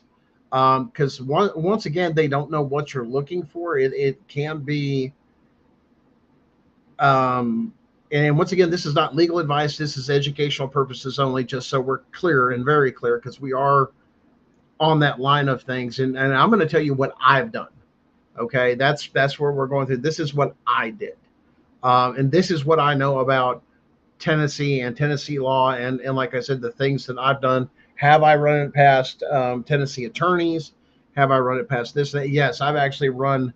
I have some great resources, some great friends and stuff like that out there. Connie Reguli, being here in Tennessee, very knowledgeable of Tennessee law. Several other people. And once again, like I said, if you guys don't know, and once again, we don't connect really to a lot of people or a lot of movements. We're just kind of out here doing our own thing. We're going to stay out of all the backbiting and all the bullshit and everything else that goes and has been going around. We're just going to do our show. We're going to continue to educate. And if some dumbass wants to go out there saying misinformation or this and that, listen, you may not be comfortable with it, but at the same time, I guarantee you're not on the level I am and the amount of research and half the other things that I guarantee you this. Is there somebody better than me? Absolutely. But I guarantee you the person that's out there screaming misinformation is not the one. Not the one at all, because they are absolutely clueless, let alone the banner that they wave, especially people I've come in contact with, are the same people that would tell you just cooperate with CPS. And you know what? That's giving in to terrorists. And I refuse to give in to terrorism. Because that's saying you can have your rights so long as you contract with the state. And yes, you get to keep your kids. The point we're trying to make with abolishment is the fact that it should never be that way. As a matter of fact, to even do that is so unconstitutional and so tyrannical, it shouldn't even exist. And that's our argument. This is why Arizona did take and shut down CPS, did reform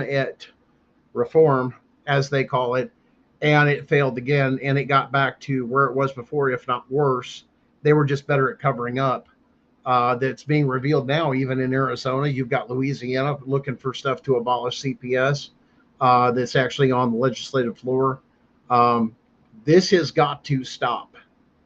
And why the American people have not gone into arms, especially with the release, declassification of the Epstein files, as well as some of the other things that are out there, why we, the people, are not in arms going to take back our children by force under the fact that they had cooperated and provided children to Diddy, that is well known, as well as the Epstein. That's enough. That's enough. That's more than enough in the name of protecting children. That is more than enough evidence to abolish it completely, because they are affecting um, hundreds of thousands, tens of thousands of children a week, um, and tearing families apart with just what they do. Nobody should ever have that kind of power.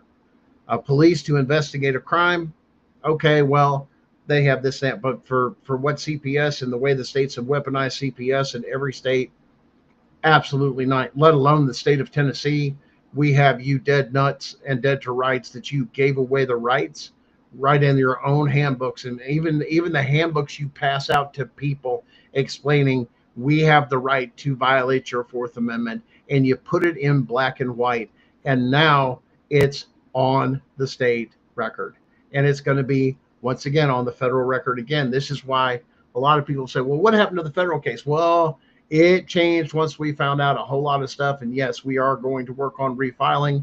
But once again, we had CPS of Tennessee and, of course, the cabinet up in Kentucky interfere with our filings directly, even mention it in their actual state paperwork, that they were retaliating against us.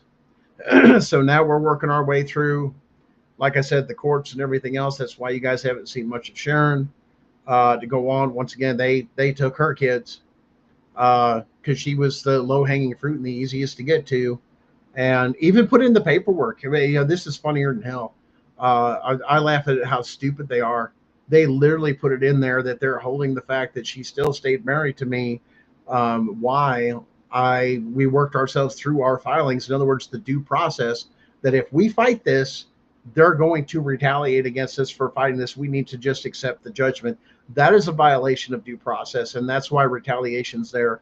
And some filings are coming up, like I said, both in Kentucky federal court as well as state of Tennessee court, which was kind of funny to explain some of that too, that another state accused her of violating that no contact order, which never got permission from the state of Tennessee to take over jurisdiction, which violated the UCCJEA hugely. But that the way it's written of that no contact order in Tennessee, I have to initiate, or I have to do something that with the incentive or the frame of mind of violating that order, and anybody else that would participate would be a third party. Well, when they accused Sharon of it, they never put me on the paperwork whatsoever. So for her to do it as a third party, I had to do it primary. Where's my why? Because they don't want me in court. They're scared of me. They are scared to shit of me, of what I'm doing, how I'm doing, and the fact that I'm out there educating people like you of these things that you don't know about, that these attorneys don't even, half the attorneys don't even know about. Why? Because, and here's the reason why most attorneys won't file the 6002 or some of the other things through there, unless they really don't like the judge, or they just don't know about it, is the other thing, is they got to go back in that courtroom and face that same judge. When you file a 6002, you're basically saying this judge is so damn corrupt and evil and everything else, we need him removed. That's like the step to removal, is a 6002 filing. Because you file a 6002, you can get a hearing off of it, sways your way, and the court finds that way. That's an automatic to go to the Board of Professional Responsibility, or a judicial responsibility, or in other states it's called the JCC. It's where you file a complaint on judges saying you must remove this judge because of all this in my one case. It's enough to move a judge. It's that severe. And that's why when you drop this 60, especially a 6002 for fraud, buddy, you've got to be Johnny on the spot. You have got to have your ducks in a row. This is not a mere filing. This is like, I really don't know how to explain it other than the fact of it's like doing pro se, but doing it on steroids. That you've got it down and you just want the court to do the right thing. But now I know you've screwed up. But once again, now I know about a ruling and everything else that even some of the attorneys and everything else won't even bother with. They won't even touch this type of filing most of the time. But at the same time, you're saying, oh no, it's so egregious. It's so much fraud. It's so blatant that they all work together. The judge worked with CPS, that, you know, the GALs worked with CPS. It was 5 or 6, 7 lawyers or something against me and my little old attorney. How is that a fair fucking hearing? And none of you follow the rules, and then each of you cover your butt. That's mass corruption. Well, it's already been reported to, like I said, to the federal authorities and the state authorities. And like I said, that's now, like I said, they're working towards, like I said, investigations of everything. Oh yeah, it's game on. And in case some of you guys don't know, I had the same magistrate and judge Jessica Saxon did. That's affiliated with the justice limits or something like that. I forgot. Jessica's going to kill me because of that. But like I said, we had the same one. We are in no way, like I said, Jessica does her own thing. Saxon, however they do, to all of them, justicewithoutlimits.org. There you go for Jessica, which I think she's just kind of spearheaded this own little thing that she's going on within those things. But once again, our connection personally with Jessica has nothing to do with anybody's movements. We, you know, once again, our own thing. We just stick in our own lane to where we're going to talk about our case. We're going to talk how the Constitution works on this show, what goes on, what things you can look for in your own, how to do your research, how to come up with these things, how to write some of these things, and basically showing you ways of how to deal with your own case, because it's so hard to figure out some of the stuff in your case, because each case is a whole different perspective. Your case is completely different than mine. We may have some similarities, but I hope some of the things that we share with you, you can apply, do your own research, and apply to your own case. That's your choice. Once again, we're not telling you what to do. We're saying, consider this, research it. That's what we're saying. Just so we're clear, you know, like I said, because you're going to have to figure and understand your case. And here's the other thing I've noticed, especially within a lot of this movement here, and we'll be the first one to tell you, I'm not doing it for you. I'm straight up. Why? Because it's not my responsibility. If they're your kids, then you should get off your butt and learn and do the things that others of us have done. Figure out the particulars of your case, apply the law and the things you've learned to fight your own fight. Because when you pay an attorney to do it, they work for the American Bar Association. They have to see the same people, this and that. They're not going to fight like you. Why? Because that's been known in war too. You know, the hardest people to conquer? It's people defending their homeland. And people are scared across, you know, a lot of nations, this and that. They are still scared today to even try to invade this country just because of our Second Amendment and due to the fact that we are so well armed. That scares them. It's not the military. That's our defenses. You hit one, once again, you bring this to the homeland, you bring this to my house, you bring this to my yard.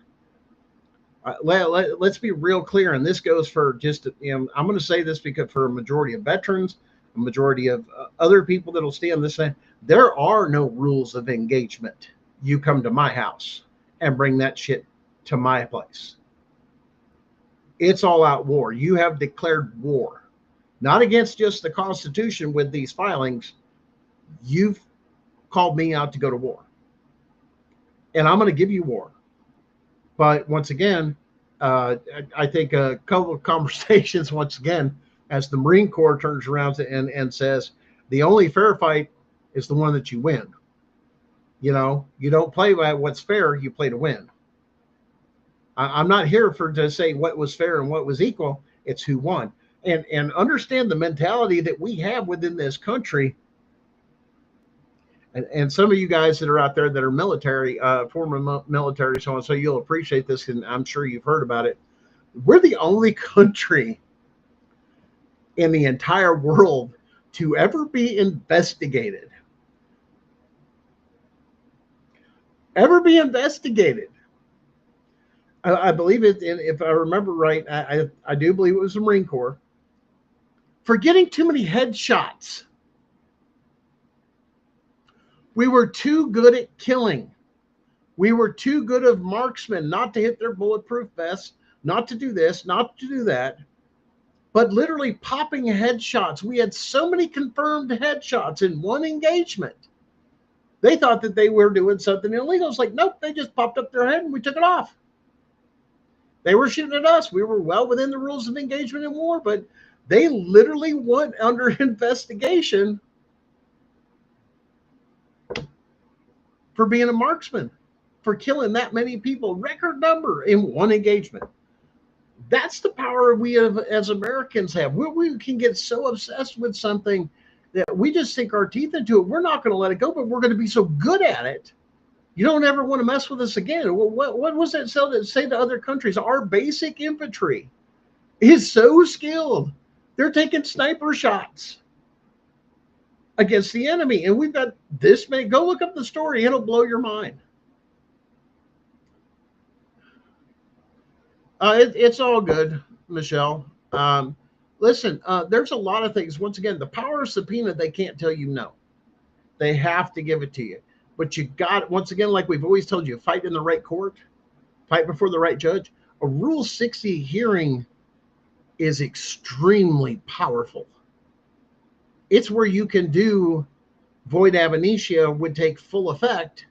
Just file it the different way. And because void ab initio, unfortunately, in a lot of courts' eyes, listen to that and let it roll, go in one ear out the other, prove the void ab initio, but put it under words that they understand, such as a Rule 60 or a Rule 50 or whatever it may be filing. That's exactly where you would argue the void ab initio.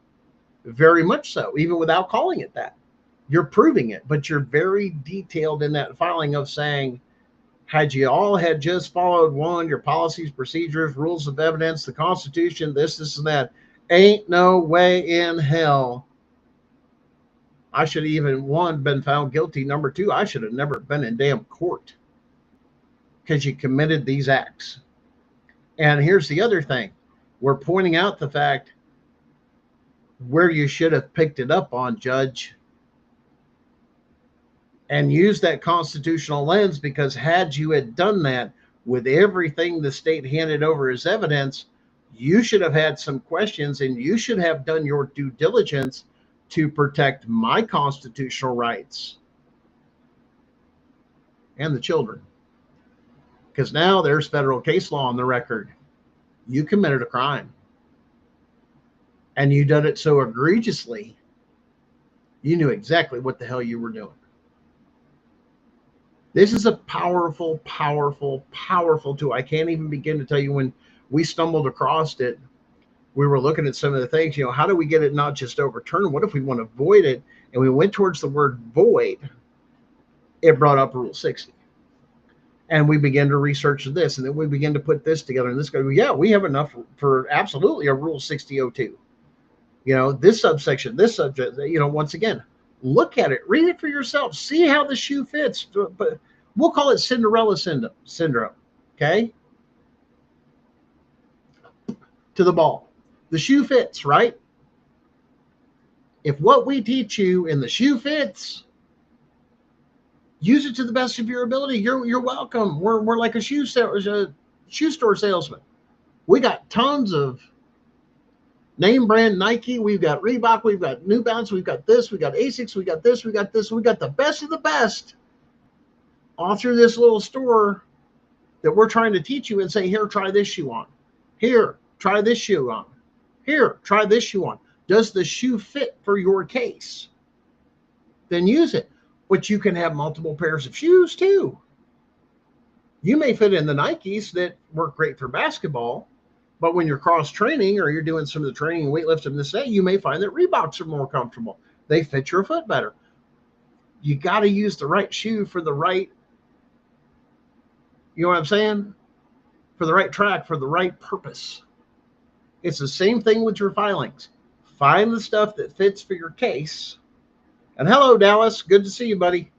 If you guys don't know, Dallas and I started out quite a while ago, and I caught on with Dallas when I was on TikTok. And now everybody's got their own opinion, but hear me out with this. Dallas brought me down the trail of understanding a lot of the state filings, a lot of the policies, procedures, a lot of those things and pointing me where to look and how to do those things. I did my own homework. But then Dallas and I got to a certain point that was beyond the threshold of what he was going, where his purpose was, and some of the things he was teaching and doing. I was getting more specific with my case, and I was looking at different angles that were beyond what the realm of what Dallas's boundaries were. So Dallas and I, once again, we didn't have,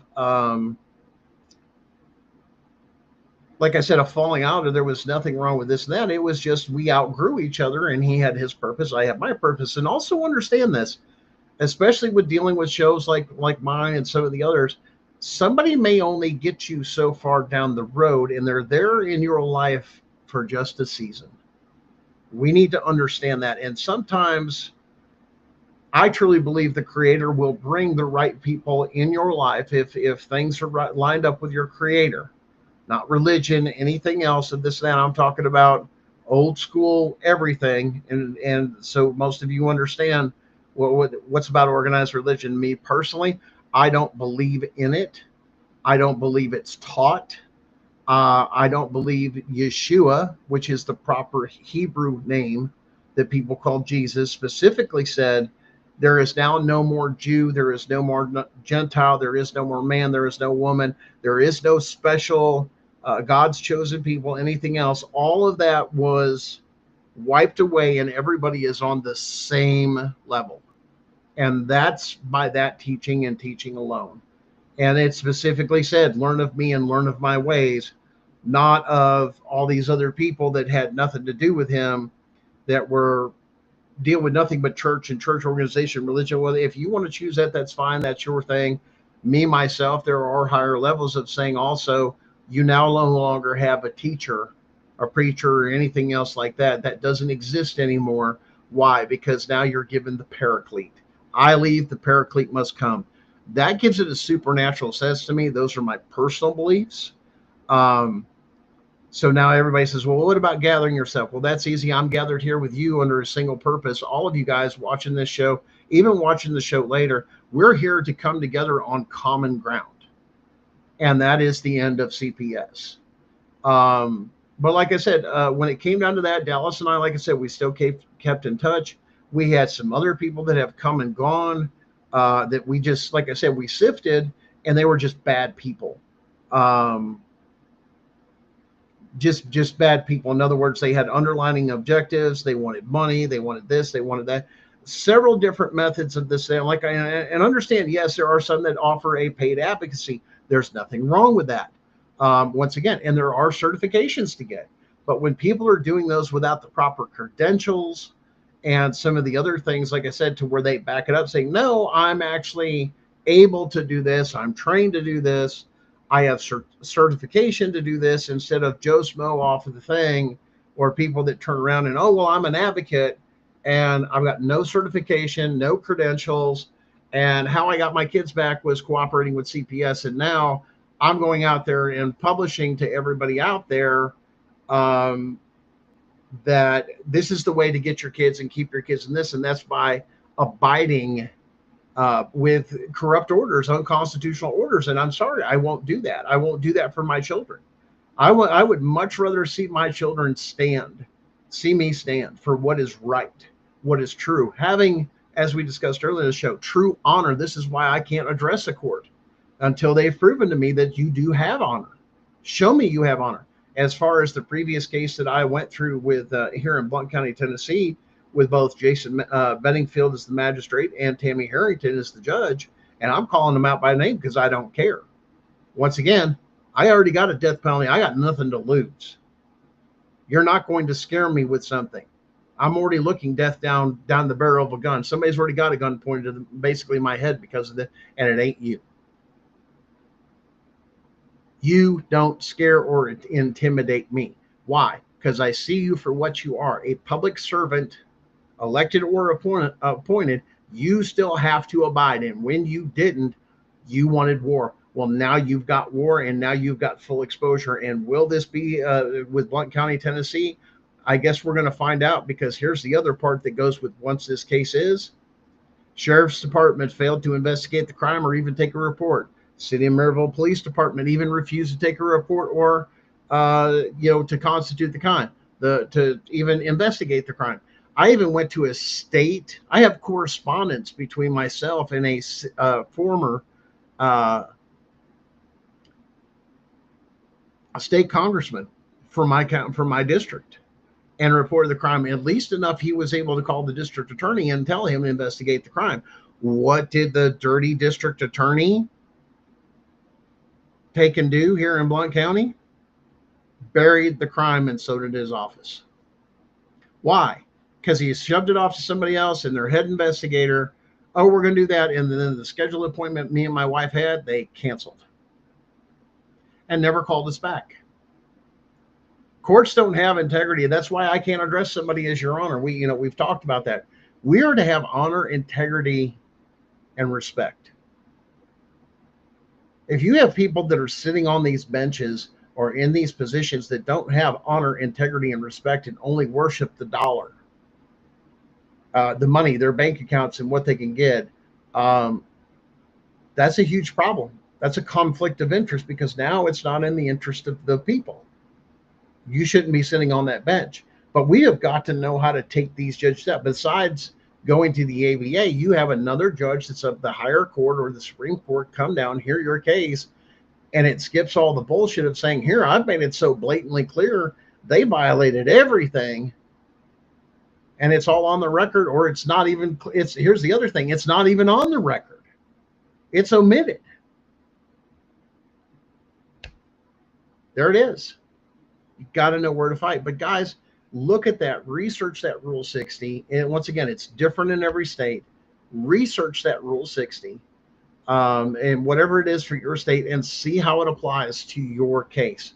This is a whole different story. This is where you bring in the heavy hitters from your state to your county to hold everybody that was in that case, guardian ad litems, the CPS attorney, the whole 9 yards, and put them on the stand and make them fight for their damn lives, their license, their insurance, their bond, everything, including the fact of, once again, putting them on a Brady list because it's so severe, Your Honor. I request that all these people, one, you can make a motion to turn over all the evidence to the FBI and this and that during the or after the hearing. You can take and make a motion before the court to make sure that it's recorded, video and audio recorded, and as well as transcribed at the court's cost to be used in further litigation against these particular individuals. It's that bad. You can put it on the state. You got a judge to come in. Yep, we're going to do this. Hey, because why? Now they're on full display. They've got to do something with it, because failure of them to do anything about it with that much corruption, and the temperature's already high with everything else. But now you tie them to, we ended up finding, those of you that are in Blount County, Tennessee, I suggest you go back to the Epstein files, because there's a place close to Blount County, Tennessee, that there was an address like a county over of Epstein, and that particular place is a house with a ton of box trucks, housing kids and transporting kids. It's exactly what it was. And let's just say it's close to the place that everybody has high reverence for, is Dolly Parton. It's over in Dolly Parton's neck of the woods, people. You guys know anything about Gatlinburg, Sevierville, Pigeon Forge, all those things, especially during summer? How many people influx to this tourist area with people on work permits, this and that, everything else that's going on? You ever get in with some of those people that have worked or housed or helped some of those people? I have. Kind of sucks when you got somebody that's a master electrician that deals with every walk of life in several counties. You get to know some very interesting people. Let's just put it that way. But guys, I want to thank you very much for joining us. I hope this has helped you guys understand a little bit more of the Rule 60. I know this is really, really, like I said, it's very intense. But like I said, go look at my template. Look at it, how it's structured, how it's applied. It's on my Facebook page. It's made available to the public, 100%. Um, I can't tell you enough why this is so important, because some of you may be looking, I'm in the middle of a case and it's just an absolute mess and this and that. Stop everything up to that point and file a Rule 6002. You can do that. Case is over. 6002, within the time frame. But you've got to be able to articulate it in that format to make them look at it and go, holy crap, that's a damn mess. And remember that federal standard. Remember, we read you within the Tennessee code, within a reasonable time. Guys, that thing of up to a year thing does not apply with ADA. Okay? It does not. Because if ADA is applied, how can you physically do that if you're incapacitated? You can't. That goes under common sense. And if that goes back to all the way to the federal court, hey, we'll go ahead and rule on that. But once again, they got to follow the federal laws. They don't get to interpret them. Because you're asking them, did you apply the ADA in the first place? Nope. Well, there's a due process violation like hell. Number two, with ADA, was I able to do things accordingly? This, that. Well, how the hell can I do that if I'm in heart failure or recovering from a massive to have an implant put in, the whole nine? How is that possible? You got to have recovery time. Cancer, heart patients, severe things like that. That's why that's created. This is why the ADA was created. This is why you cite the ADA. I couldn't have made, once again, the federal court says reasonable. Reasonable means physically able. Could you physically? Nope. Couldn't. Miss Alvarez, once again, I'm not an attorney. Should I ask? Should I? That's not a question for me to answer. That's for you to figure out what you need to do and how you do. I'm telling you, it's very powerful. And matter of fact, you can probably research similar filings under the similar codes. If you do a little research of previously filed, once again, rules. You can look in that. And once again, that'll probably be under the Court of Appeals. As it's here. But once again, it's one of those things here in Tennessee. You have to file in the original court. Then it goes up to the appellate court. That way they transfer all the records as too. But it's different than your appellate filing, your Court of Appeals. This is one of saying it should have never been. It's like that severe. Can it stop a TPR hearing? Yes. Everything must freeze if you're filing that, especially if they've already done that and you're in a different hearing. Now you can't TPR. You can't adopt out. You can't this and that. Why? Because you're doing a Rule 60 or something of the equivalent, and you have a reasonable argument that you're wanting to do. Like I said, there's some creative things you can do. In my particular, I'm going to call all the judges, magistrates, and everything else. Why? Because I already know about the buddy-buddy system, and I'm taking all your friends out to where you can't. And I do have some questions for them, especially relating to any kind of relationship. I want to know whether or not they had a relationship with this particular judge, or this one or this man. I've got questions. I have a right to do that, but it also disqualifies them from ever hearing the case or adjudicating on the case in any matter whatsoever. Absolutely, it violates it. And like I said, even if the lower court decides to, once again, they can't get in the way of this. The lower court doesn't have to give permission. This goes to the appellate court under this particular filing. They get to make that decision. And then once again, they do have to apply the ADA. You have to. It must. And like I said, even to force it, hey, if you want, I'll have it remanded to federal court. We'll just go right into that under a 1983 question. And then you're really screwed because you didn't apply the law. And on top of it, how would you know what the ADA is on top of it? Because you haven't provided any. You don't have that designated employee. Where's your designated employee that was supposed to be there? It's supposed to be regular. It's supposed to be readily available to you at any given time. In other words, it's sitting right in front of you the entire time, that if you need to invoke the ADA, you should be able to do it from the beginning. When the court hides it or doesn't have somebody from the clerk's office reach out, we'll say which is mostly for somebody in the clerk's office, a designated employee, to make sure you get those by the power of the court clerk to set the environment the proper way, not just file paperwork. And I almost guarantee most of you, if you go to do with it, because especially we were dealing with stuff in Kentucky, from what we've seen, guess what? It doesn't exist. Matter of fact, they shifted you over to HR. And if you don't know what that means, That's, human resources for everybody in state. That is not the designated person. They can't be the same person. If you don't know anything about that, then you need to catch Henry's show, Equal and the Same, on Saturday nights, same channel, CPS Breaking News Network. Well, guys, it's been fun. I hope this has helped you guys out. We're going to take and call it...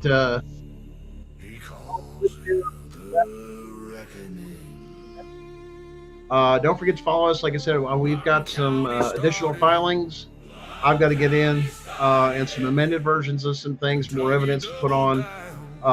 We're just going to stack it on them, man. And like I say, when you do it, don't dump everything. It doesn't have to be perfect. Get your initial on there. They haven't even assigned a judge or a court date yet. So now we got plenty of time. Like I said, time is now an advocate of us, but it's also at the same time, it's making Blount County, Tennessee judicial,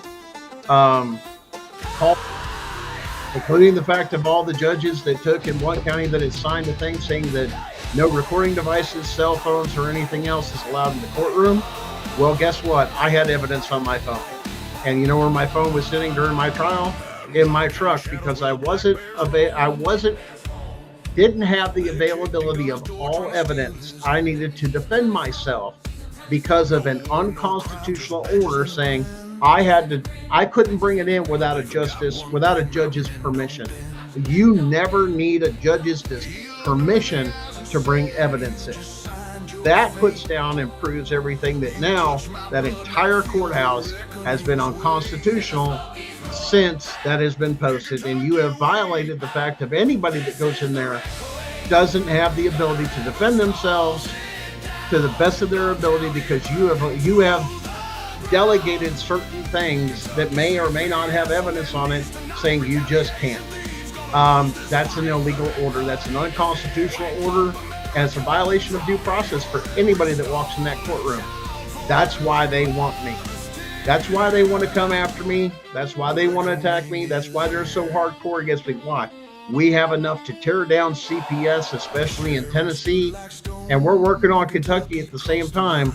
By the time we get to federal, it's going to be all on the record, and you're going to have fun because I believe there's going to be cameras in the courtroom.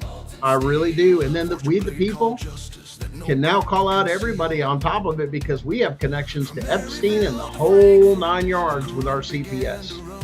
That's right, guys. We got it. It's enough to tear it down. It's enough to hold them accountable. It's enough to bankrupt them. Keep an eye out what you can do to do your part and do your filings. Spend the time. Spend the time getting the education. Every waking hour, everything you have, educating, pulling it in, figuring out what works for you. And then get together with some other people and look at some other filings. Educate yourself, man. Knowledge is power. You guys got to understand that. But guys, thanks again. We'll see you again next week, 9:30 p.m. every Sunday Eastern Standard Time here on the YouTube channel, Gunning for CPS. Have a great week, and don't forget, whatever you can do, piss off this week, especially if it's CPS and the judicial system. Have a great week, guys. When the last courthouse falls and the last black robe burns, when the last caseworker flees and the last stolen child returns, we'll raise a monument on the ashes of their throne, carved in Tennessee granite with these words alone. Here died tyranny at the hands of a dad and mom. The reckoning came, 2020 seats the storm. This is the reckoning. Gunner Evers poll it loud. Blount County in ruins. Kentucky in a shroud. CPS is finished. Hear the death knell ring. Every stolen child coming home on angel wings.